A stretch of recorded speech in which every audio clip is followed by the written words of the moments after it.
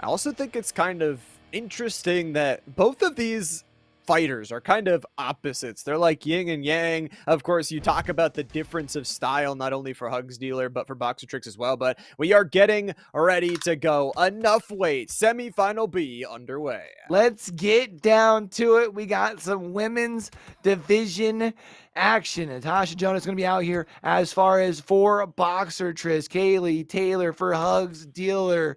And again, I'm excited to see some down and technical boxing here, Llama. I want to see it from both these two. Like we said, I was kind of talking about how they have that different style. Well, Hugsdealer is known to be the comedian, you know, making sure they're emoting, getting their opponents fired up with some of that trash talk. Or Boxertrix, very professional, just looking to get the job done. Some early connections already, nothing too big. And like you said, Q, it's not going to be those big hooks. Most likely we're not going to be looking for. It is going to be this chess match, taking piece by piece by piece. Try and see how much of the board you're able to get control of, at least through the first half of round number one. Haven't really seen much. We've been seeing the little bit of tags here and there. I feel like we've been seeing a couple of good ones over on the side of Hugs. Boxertrix has landed a couple, but it feels like for everyone that Boxertrix does land, it has been met with a nice little counter, but still trying to work the body. That right hand right now leading the way for Boxertrix. Right hand opening things up so far. A little bit of good damage already on towards the head side. A little bit of left swell as well from Hugsdealer. And again, kind of an interesting little division change, but that curveball can sometimes bite you if you are not careful. With all this early damage, Boxertrix starting out this round and starting out this fight with an advantageous position. Those headshots do need to keep on following, but this first round is pretty much over. Yeah, just about over here. Final couple of seconds, just going to be a matter of time. And round number one, now in the books of our first female division fight, I should say, here for ECS. Not just in Evolution, but in any of our events. And of course, this is our second one here. And if it's your first time through, make sure you're hitting the follow button down there on the channel. Turn those notifications on, as we are going to be building this thing up and running some more events. Also, while you're at it, feel free to share the channel and join the Discord as well. Join that Discord. Give Q and I a shout as well. An amazing community we are building up here. At the same time, an amazing fight as well. You talk about a spot in the grand finals. The stakes could not be higher unless you are literally in the grand finals already, which of course in that grand finals got to be prepared. The 12-round banger could be a little bit of that extension, but the extension of the hands, the connection on the head, and Hugsdealer almost getting a quick knockdown. Yeah, handing out some big shots there, but not quite able to get the daze or the confused, but is able to continue to pluck away, continue to work the body here as well with the left hand to try and continue with the points. Nice little shot there to the face as well with the left jab. The 1-2 wasn't able quite to get the third, but again, continuing to just plug away is Hugs. Keeping on looking for those small advantages. Doesn't need to win right away in that first round. Just looking to try and maybe win it here in the second round as they pop some shots towards the head. I will say Boxertrix doing a good job of controlling the middle of this ring, but at the same time, Hugsdealer is working really well to not get themselves caught in the corner. Their ability to dodge towards the side has really kept them alive here in the second round. Well, it looked like they're a little stagger on back. A nice little right hand coming across as well for Boxertrix. Starting to figure things out. And I feel like for Boxertrix, starting to get a little bit of a groove of the fight here. The last little bit of this round has been in their favor. Trying to see if they can tag themselves the last couple of points or just a couple of tags here, but the last couple of seconds going to come across. Oh, couple of big connections here from either side. Some big flashes flying across our screen as round number two comes to a close. We'll see it once again as It was Hugs that started that, but the 0 seconds feeling extended for both of these two players.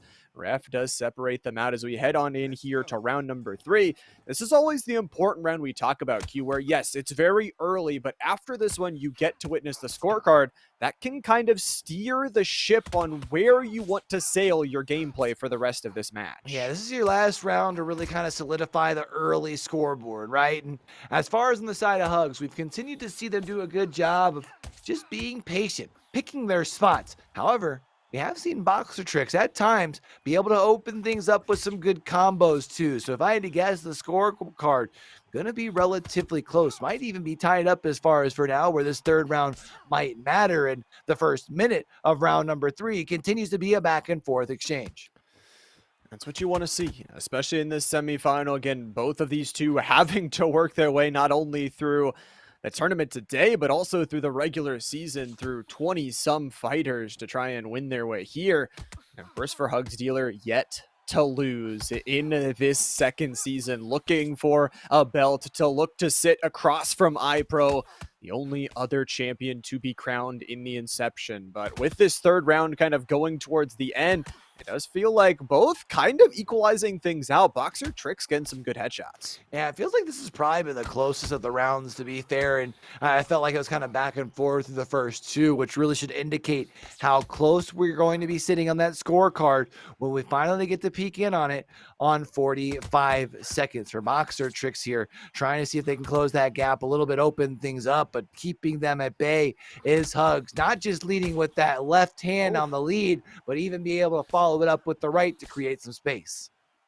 Boxer, the machine tricks, has found some oil in the tank, and you talk about opening it up towards those combos. Really good critical head damage flying through. Hugs needs to get to the end of this round so they can reset some of that damage, but the flyback, the combos here at the end, and round 3 will come to a close. We could take a look. I really want to see this end combo because it was very close for Hugs to being punished on the damage, but going aggressive. We've talked about this before all today, Q, is Hugs is very good about disguising the damage they have on themselves. Yeah, Hugs has been doing a good job of really just kind of, even at times, I would say being aggressive at times that they probably shouldn't. I think that just kind of hiding that back so Boxertrix isn't really sure what's landed, how they're sitting. I am going to be curious to see, as far as when we talk about sitting, though, the scorecard, because as much as we have seen at times Hugs has been able to control the pace, Boxertrix has been able to make them pay for overextending a couple of times. So I feel like this has to be so close. I feel like too. I'm excited to see the scorecard, though. I know we've been proven wrong a couple of times here or there. This is also, I feel like, huge. That again, it's not like these fighters actually have coaches. They are their own coach right now. And there you go. Hugs is leading by 1. It is that later round that actually has been getting them the lead. So has to be a little bit careful. Boxertrix working their way back on the scoreboard. Hugsdeale cannot get complacent. You're only up 1 point.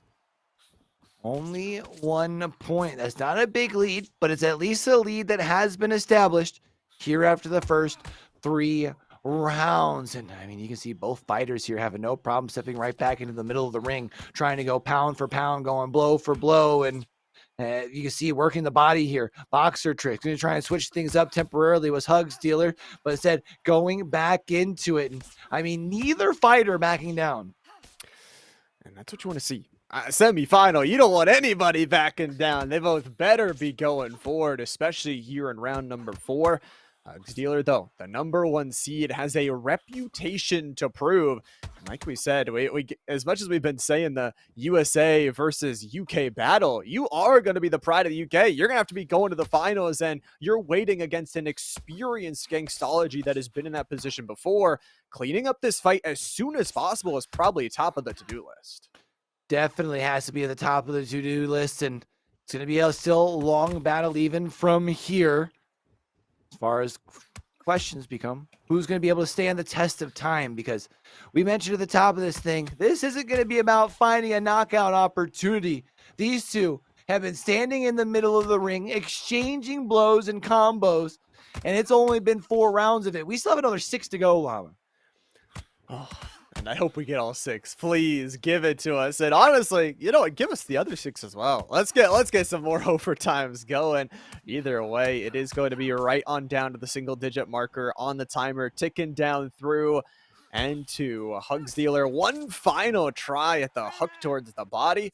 And that'll be all she wrote for round number 4. But let's see that flurry right there at the end, because Hugsdeale was taking so much damage going in again. So able to do some damage to Boxertrix and probably even out the end of that round.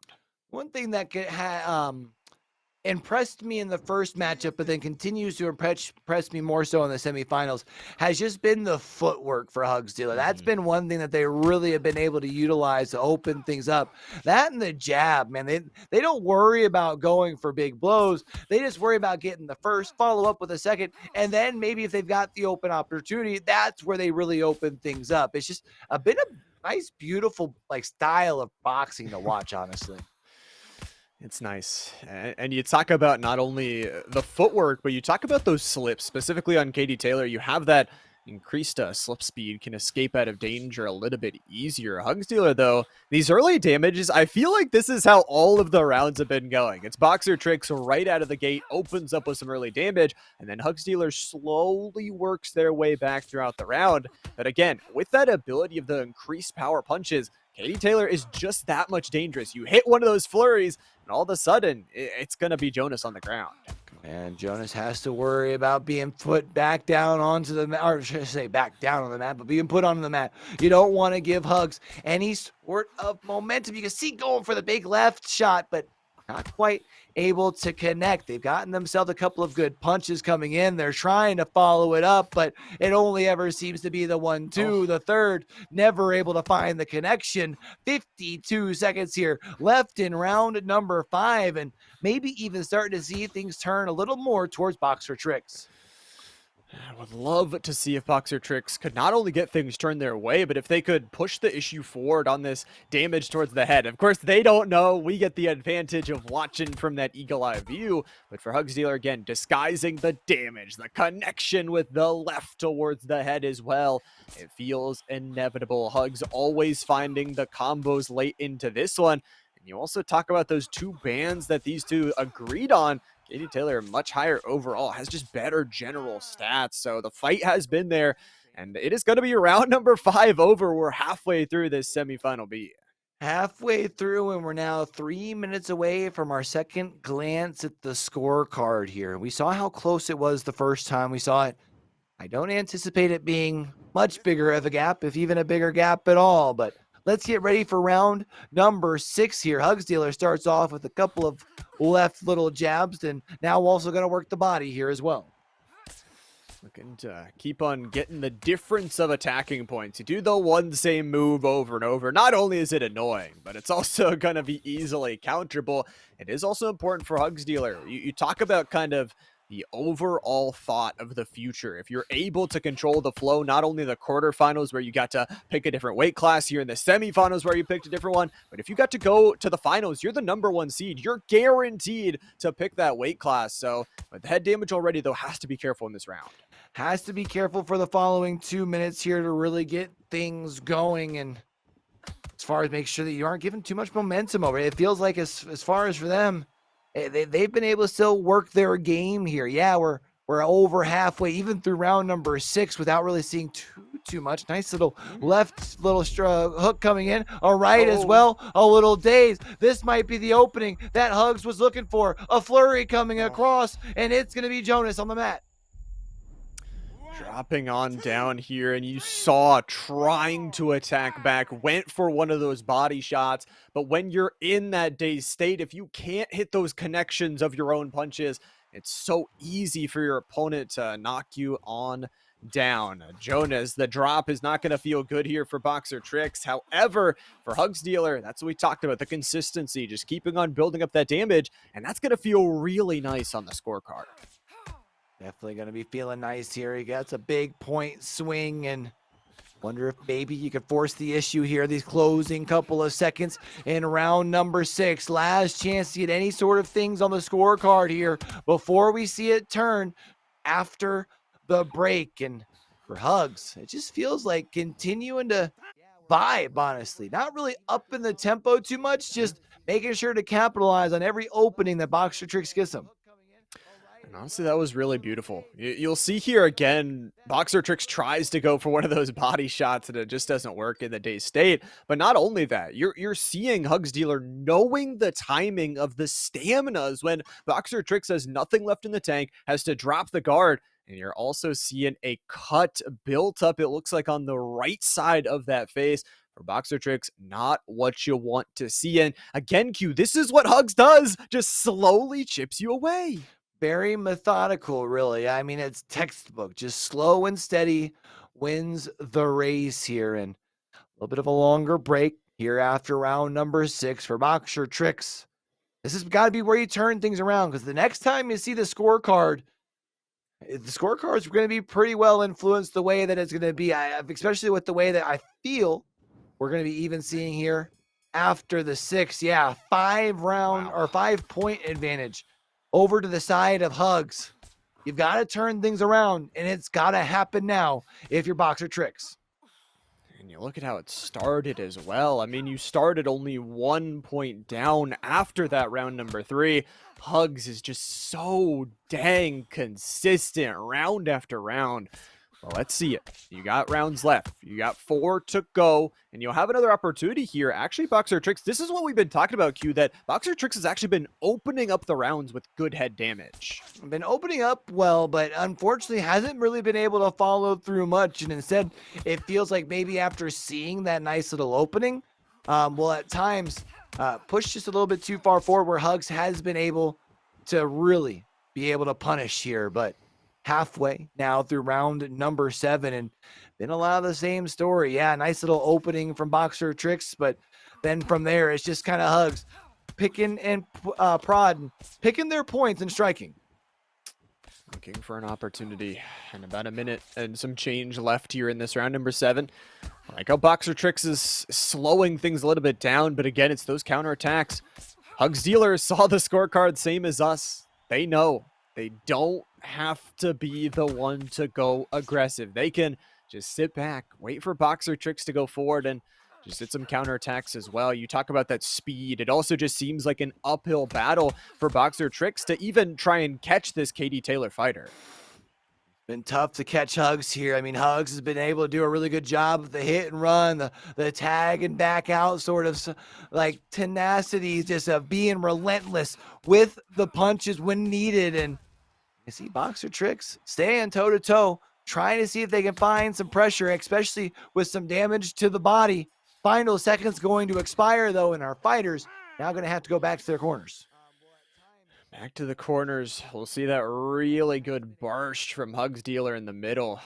Good stuff so far. That cut still flowing on the right side of the face. And honestly, I gotta say, for how much Hugs has been getting hit, hasn't been taking that much damage. And with 3 rounds left to go, 9 minutes of Undisputed. What do you have left in the tank? What do you have? What's up your sleeve here, Trix, to try and win this battle? You got to find a trick or two up your sleeve. That's for sure if you are Boxertrix for now, because the lead is pretty unsurmountable, it would feel like, in just 3 rounds, unless you're able to get multiple knockdowns. Of course, those multiple knockdowns could compile down to an actual knockout as well, but at the pace that you're going right now, you got to find some way to be more efficient. You're leading forward with the first couple of punches, which just opens things up for Hugs. You got to have a little bit more discipline and wait for them to give you an opening.